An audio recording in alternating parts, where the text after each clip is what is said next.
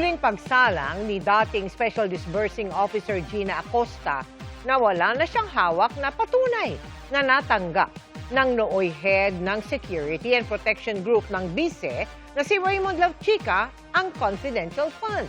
Dahil binawi raw nito ang dokumento matapos silang makapag-liquidate. Nakatutok live si Sandra Aguinaldo. Sandra? Mel, tama kayong witness nga ngayong araw ang nag-release ng confidential fund ng Office of the Vice President na nasa kalahating bilyong piso noong 2022 at 2023. At sumentro po ang pagtatanong sa kanya kung bakit ibinigay niya lahat ang pondo na yan sa security officer ng BICE at kung bakit hindi umano niya inasisa ng maayos at ng todo-todo yung pinagkagastusan ng confidential fund na yan.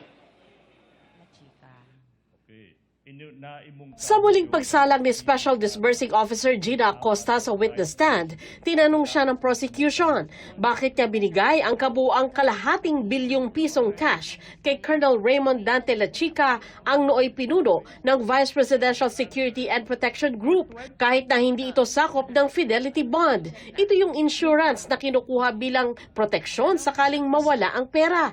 Inamin ni Acosta na alam niyang hindi bonded officer si Lavchica pero nagtiwala daw siya dito dahil inaprubahan ito ni Vice President Sara Duterte. Kung mawala yung pera, at least, may bond na po pwedeng makarecover yung bansa. Tanong, si Colonel Lavchica ba nag-post ng Fidelity Bond? Si security officer na si Colonel Lavchica, dili po siya banded, Your Honor. Pero ang accountable pa rin, Your Honor, ako gihapon, Your Honor. Nirelease ko po kay Colonel Lavchica, Your Honor, kasi siya po ang tinalaga ng Vice Presidente na siya po ang security officer, Your Honor. Lumabas din sa pagdidig, wala na ngayong hawak si Acosta na patunay na na-receive ni Lavchica ang confidential fund dahil binawi raw nito ang dokumento matapos silang makapag-liquidate. May dokumento kayo now na ipapakita in an impeachment trial sa harap ng ating mga senator judges, sa harap ng taong bayan na tinanggap nga ni Colonel Lavchica yung 125 million pesos galing sa iyo. Binawi po niya, Your Honor. Hindi po ba kakaiba, unusual, na yung acknowledgement receipt babawiin ng taong pinagbigyan mo ng pera? You don't find it unusual? Objection, Your Honor. Argumentative. Sustained. Kindly Yes, Your Honor. reform, counsel. Inungkat ni Ligutan kung ganito din ba ang gawain ni Acosta nung disbursing officer pa siya sa Davao City. Aniya, nakatanggap ang syudad ng 460 million pesos na confidential fund kada taon mula 2019 hanggang 2022 o kabuang 1.8 billion pesos. Ito yung modus operandi nyo, binibigay mo yung confidential funds sa isang security officer, may acknowledgement receipt, pero binabawi ng pinagbigyan mo yung acknowledgement receipt, kaya hindi mo hawak. Tama po ba sa Davao City?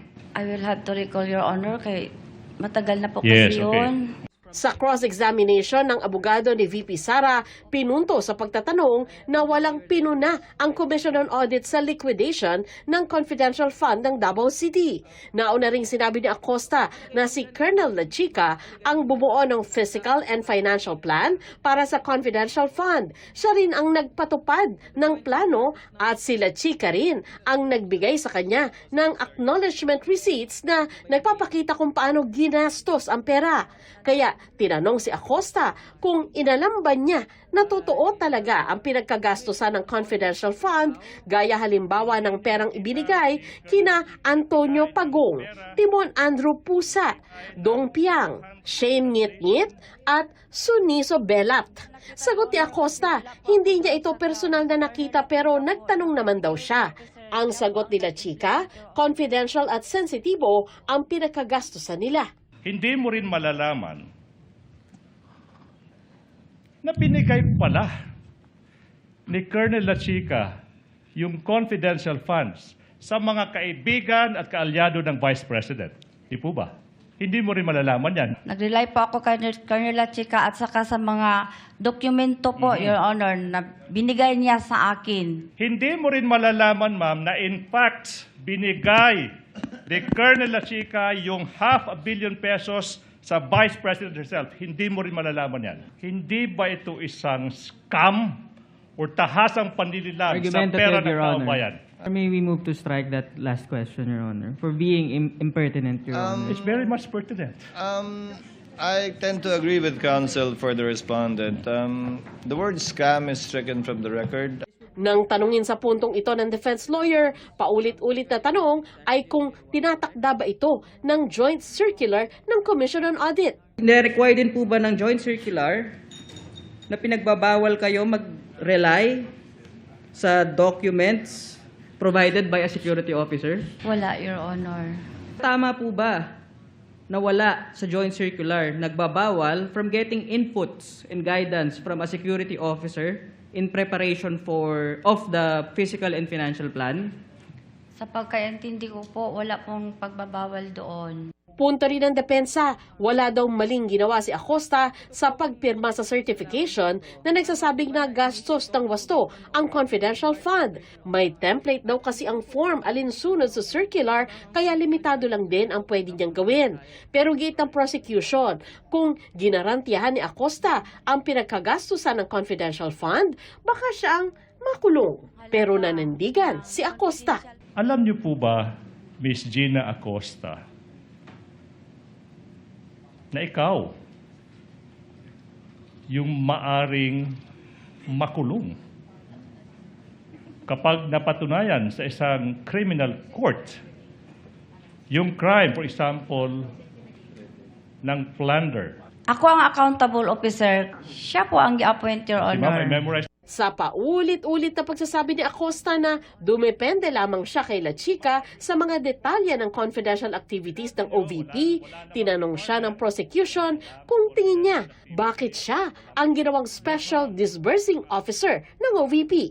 Hindi ko alam po, Your Honor, kung bakit ako po ang kinuha ng Vice Presidente as SDO. Hindi po ba naging SDO ka